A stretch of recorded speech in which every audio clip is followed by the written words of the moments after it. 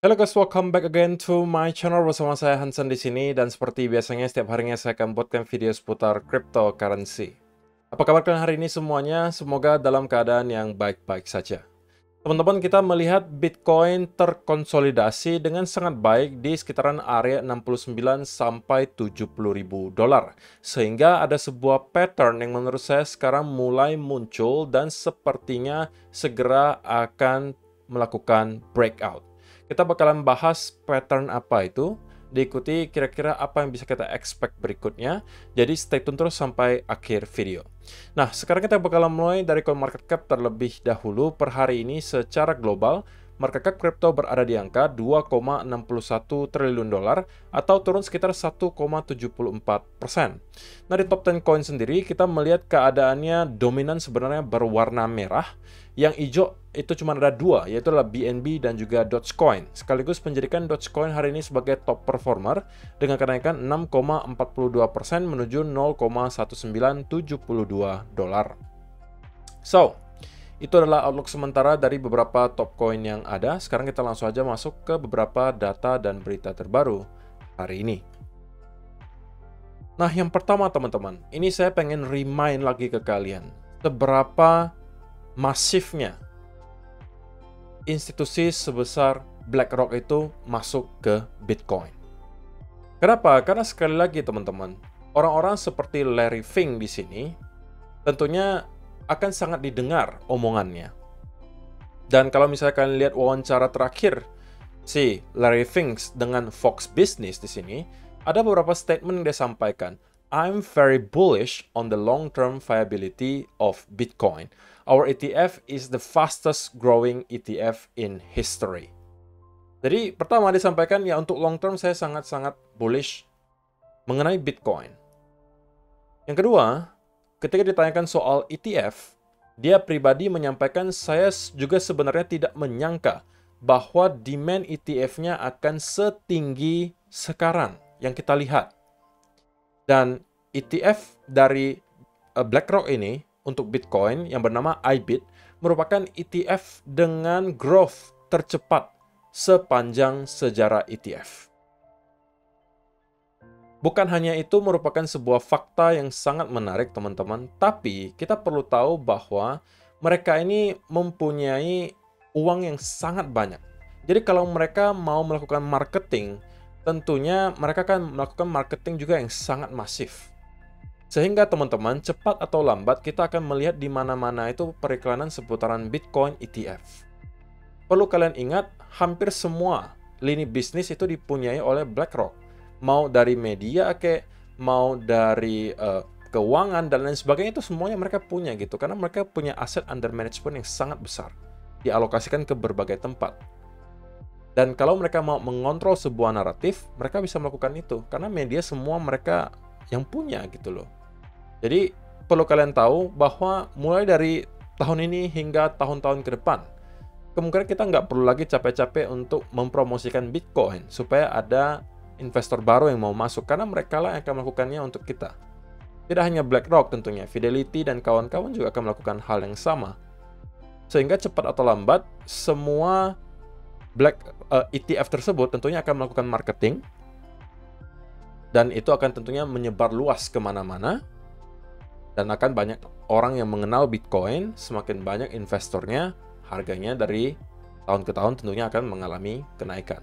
Seperti yang kita lihat di tahun 2004 ketika Gold ETF itu di-launch pada saat itu.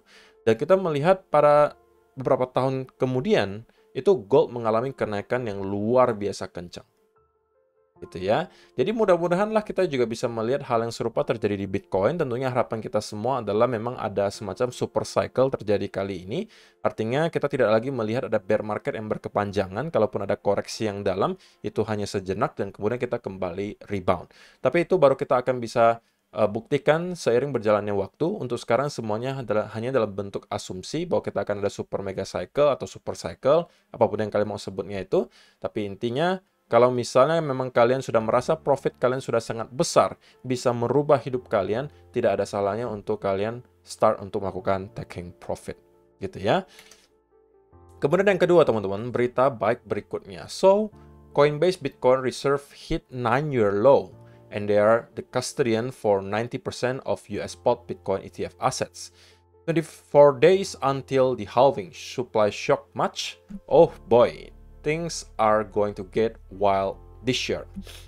Jadi teman-teman, jumlah Bitcoin yang berada di dalam exchange Coinbase, ini spesifik untuk Coinbase ya teman-teman, itu telah menyentuh angka paling rendah selama 9 tahun terakhir. Terakhir kali kita melihat angkanya kurang lebih di 300-an ribu Bitcoin, teman-teman. Itu pada saat Bitcoin di tahun 2015. Dan kali ini kita kembali menyentuh area yang sama. Sekali lagi, memang dari segi data saja menunjukkan bahwa memang ada perbedaan di cycle kali ini. Perbedaannya apa? Kita melihat, walaupun kita masuk ke bear market, teman-teman, tetapi yang terjadi adalah stok Bitcoin yang berada di dalam exchange justru terus-menerus tergerus. Ya kan? Berbeda cerita kalau misalnya kalian lihat yang terjadi sebelumnya di sini. Kita ada melihat semacam wave gitu ya. Ada kenaikan, kemudian stagnansi, kenaikan, stagnansi. Tapi yang terjadi di sini, kita terus mengalami penurunan. Jadi, dari tahun 2021 sampai sekarang memang kita melihat ada perubahan behavior. Dan kita melihat mulai start banyak orang yang sekarang menjadi long-term holder Bitcoin. Tidak lagi untuk ditradingkan, tapi memang dijadikan hanya sebagai untuk tabungan. Jadi kalau misalnya dulu tabungannya gold atau tabungannya di bank, sekarang tidak jarang orang-orang nabungnya justru di dalam bentuk Bitcoin. Jadi yang sisanya dalam bentuk fiat yaitu hanya mungkin untuk digunakan sehari-hari atau memang ada keperluan itu menggunakan fiat. Tapi sisanya tabungannya dalam bentuk Bitcoin. Dan itu saya nggak bisa salahkan juga teman-teman karena menurut saya kita akan secara eksponensial melihat Bitcoin harganya terus mengalami kenaikan teman-teman. Sampai mungkin pada titik di mana market cap-nya sudah sangat besar. Nah pada saat itu mungkin ya kita bisa melihat pergerakannya tidak lagi terlalu exciting. Sama seperti gold, kita lihat sekarang pergerakannya nggak exciting banget. Kenapa? Karena perlu waktu bertahun-tahun bahkan untuk melihat pergerakan puluhan persen, teman-teman. Kalau di Bitcoin sekarang masih ratusan persen. Tapi akan datang masanya di mana Bitcoin juga melewati fase yang sama. Di mana kita melihat market cap-nya sudah sangat besar, sehingga untuk dapat menggerakkan market terlalu jauh, itu memerlukan uang yang sangat besar. Dan pada saat itu mungkin tidak akan lagi se-exciting kita sekarang. Itu perlu kalian camkan, teman-teman. Oke? Nah, kemudian, teman-teman, kenapa kita bisa melihat Bitcoin start untuk mengalami rebound selama beberapa hari terakhir? Ya, kita juga bisa melihat datanya adalah Bitcoin Spot ETF kembali dalam keadaan net inflow. Setelah beberapa hari sebelumnya, itu constantly berada dalam keadaan net outflow. 18 Maret, 19, 20, 21, dan 22, itu semuanya negatif.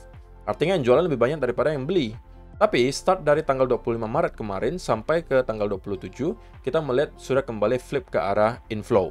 Dan yang lebih positifnya lagi teman-teman, angkanya ya sudah start kembali besar. Kemarin di tanggal 26 itu 417 juta dolar net inflow. Tanggal 27, 243 juta dolar. Dan jika ini terus berlanjut teman-teman, maka kita juga bisa expect bahwa Bitcoin akan melanjutkan kenaikannya dari sini. Jadi mudah-mudahan ya kita harapkan hal ini akan bisa sustain ya sampai beberapa minggu ke depan supaya Bitcoin ya bisa ke area all time high yang baru. Oke. Nah, sebenarnya itu adalah beberapa data dan berita hari ini yang pengen saya sampaikan untuk kalian. Tapi sebelum kita masuk ke chart teman-teman, saya pengen bagi-bagi gitu ya, bagi-bagi giveaway. Dan kali ini bekerja sama dengan salah satu exchange yang saya pakai juga, yaitu adalah CoinEx, di mana teman-teman akan saya pilih 10 orang pemenang, masing-masing akan dihadiahkan kurang lebih Rp300.000 atau 20 USDT. Jadi total hadiahnya itu 200 USDT atau kurang lebih 3 juta rupiah. Saya bagikan untuk 10 orang pemenang. Syaratnya sangat-sangat gampang, teman-teman. Kalian cukup pertama kalau yang belum punya akun CoinEx, ataupun kalau misalnya mau mendaftar baru, boleh. Daftar ke CoinEx dulu dengan link yang sudah saya sediakan di kolom description box di bawah. Itulah hal yang pertama. Yang kedua, teman-teman, kalian follow Twitter dari CoinEx dan juga Twitter saya, yang juga akan saya sertakan akunnya itu di bawah kolom description. Kalian bisa cek saja kedua akunnya, kalian follow. Jadi setelah daftar CoinEx, kalian follow dulu kedua akun Twitter yang tadi saya sebutkan, CoinX dan juga punya saya. Yang ketiga, kalian komentar nih di kolom komentar video ini, kenapa kalian menyukai CoinX. Nah, apa kelebihannya? Kalian sampaikan saja di sana, beserta user ID kalian di sini. Oke, user ID dari CoinX kalian. Nah, nanti untuk komentar-komentar yang menarik, akan saya pilih 10 dan masing-masing akan saya hadiahkan 20 USDT dan pengirimannya itu langsung ke akun CoinX kalian. Jadi kalau kalian nggak punya akun CoinX, ya otomatis kalian gugur gitu ya. Jadi kalian nanti sampaikan saja apa yang kalian sukai dari CoinX setelah mendaftar dan juga follow Twitter. Kemudian kalian setelah komentar nih, komentarnya dalam bentuk format ini. Apa yang kalian sukai dari CoinX? Kemudian kalian sertakan juga user ID kalian dan juga Telegram kalian, ID Telegram kalian. Jadi nanti akan saya hubungi langsung kalau misalnya kalian yang menjadi pemenangnya. Jadi ada 10 orang pemenang, langsung aja kalau misalnya kalian tertarik mendaftar, follow akun Twitter CoinX dan juga akun Twitter saya, komentar di kolom komentar di bawah kenapa kalian menyukai CoinX, diikuti juga kenapa, bukan kenapa, tapi apa user ID CoinX kalian dan juga ID Telegram kalian. Dan 10 orang pemenang akan saya pilih, mungkin besok atau lusa akan ada pemenangnya dan saya akan juga umumkan di video. So, kalau misalkan tertarik, langsung aja lakukan beberapa tugas yang sangat mudah tersebut. Siapa tahu kalian menjadi pemenang, Rp300.000, lumayan banget untuk kalian jajan, atau kalian mau belikan dalam bentuk altcoin, silakan. Gitu ya. So, sekarang kita langsung aja masuk ke chartnya Bitcoin. Apa yang sedang terjadi, teman-teman? Nah, sebenarnya kalau misalnya kita perhatikan di sini, ada sebuah pattern yang telah mulai tercipta, teman-teman. Kita melihat ada potensial bull flag di sini forming, dan kita sudah beberapa kali mencoba untuk breakout. Untuk sementara memang belum berhasil. Tetapi untuk sementara karena ini adalah konsolidasi di atas area yang kita sepertinya coba jadikan sebagai support, maka ini adalah berita baik, teman-teman. Jadi ada beberapa indikasi tentunya yang menunjukkan ke arah yang positif. Pertama, kita breakout dari area resistance. Yang kedua, ada konsolidasi atau bullish continuation pattern berupa bull flag.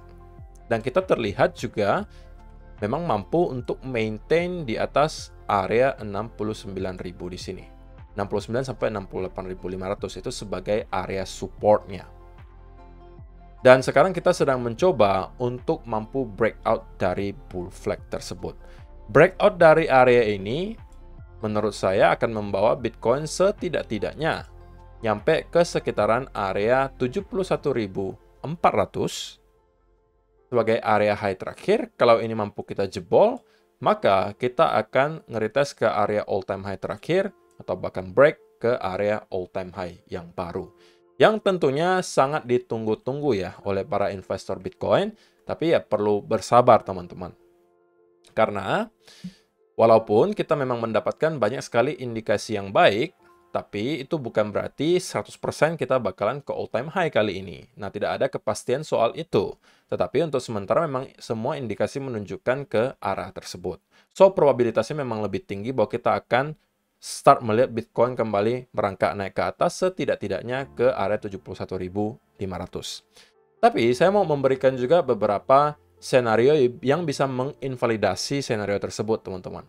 Yang pertama adalah kalau kita justru tidak breakout dari bull flag ini dan justru breakdown dan start untuk mendapatkan konsolidasi, maka bull flag ini telah terinvalidasi dan kita justru kemungkinan akan setidaknya ngeretest ke 65.800. Kalau ini break, saya rasa akan dengan sangat cepat kita kembali ke area low terakhir 61.000 atau bahkan break sedikit di bawah area tersebut untuk membentuk wave kedua di sini.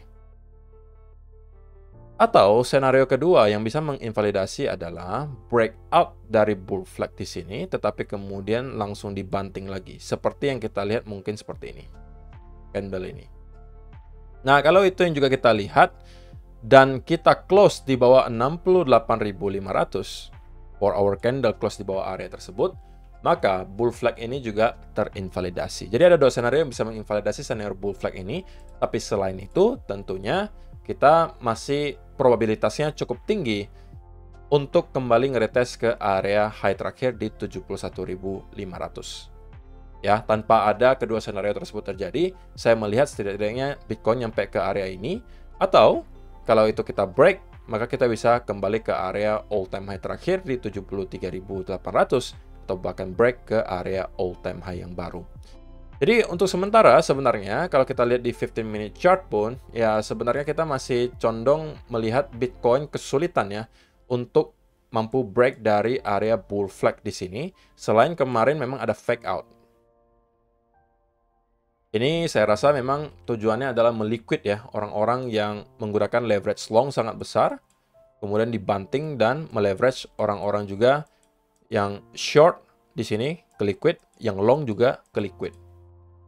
Jadi ini permainan market maker gitu. Tapi itu tidak mengubah fakta bahwa di 4-hour chart kita masih melihat ada potensial bull flag itu tercipta. So, saya rasa bias saya harus katakan short term itu masih dalam keadaan bullish selama area 68.500 itu bakalan kita jebol. Dan target pertama di 71.500 sampai 600, jika itu mampu kita lewati, maka kita akan kembali ke area all time high. Sesimpel itu, teman-teman. Dan kalau misalnya kalian sedang haus akan setup, sebenarnya menurut saya pribadi ya, setup di altcoin itu jauh lebih banyak sekali lagi. Makanya beberapa waktu belakangan kalau untuk trading saya lebih terlalu fokus banget ke altcoin daripada Bitcoin. Kenapa? Karena di altcoin menghadirkan setup yang lebih rapi, oke? Dan risk to reward ratio yang jauh lebih besar. Dan saya lebih menyukai hal tersebut. Kalau untuk Bitcoin, ya kalau kalian mau scalping fine gitu ya. Tapi kalau misalnya kalian mau swing trade, saya rasa lebih prefer ke altcoin.